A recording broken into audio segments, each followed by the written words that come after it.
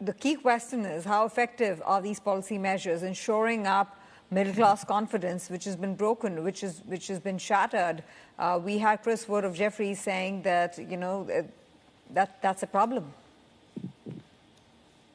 Well, that's indeed a very important suggestion, given that we think that right now, even cutting RRR, cutting interest rate, or shoring up a big headline fiscal stimulus number may not necessarily be all that is needed to restoke the confidence level for businesses as well as for households.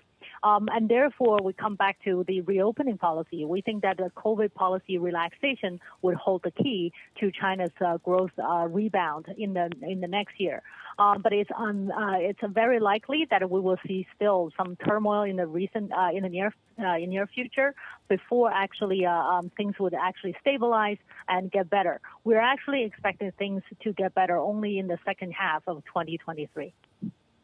And how much of that is going to be dependent on just the consumption story in general? Because we talk about confidence and obviously it's linked to consumption. And at the same time, China's in a very different situation when it does come to their populace. They do hold on to a lot of savings. So how is that encouragement going to come in the form of perhaps some kind of government nudge in order to really drive that story moving forward? Because that's what's going to be the key, whether or not they're going to be willing to spend into the back half of 2023, or if you do see that fretful behaviour coming through?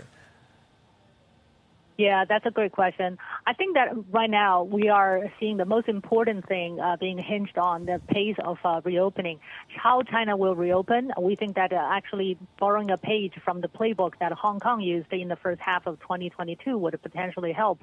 It was actually involving a lot of different ways of treating the current, the COVID controls, such as allowing people to quarantine at home, such as changing the tracing and tracking health code to something more like a vaccine record.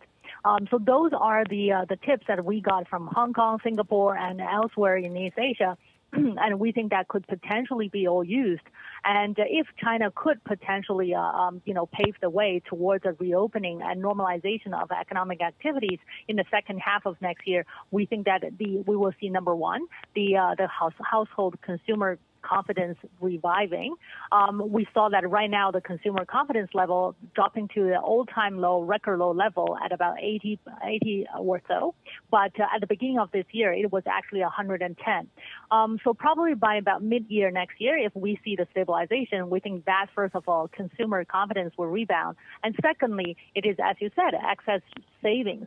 We have seen actually household savings accumulatively year to date by the end of October going all the way up to about, to increase by about 5 trillion renminbi. This is compared to in a regular year about only 2 trillion. So people are reducing their loans but actually increasing their household deposits because they have nowhere to spend. So such excess savings would also be a very important boost in our view when the pent-up demand is starting to release when they're allowed to.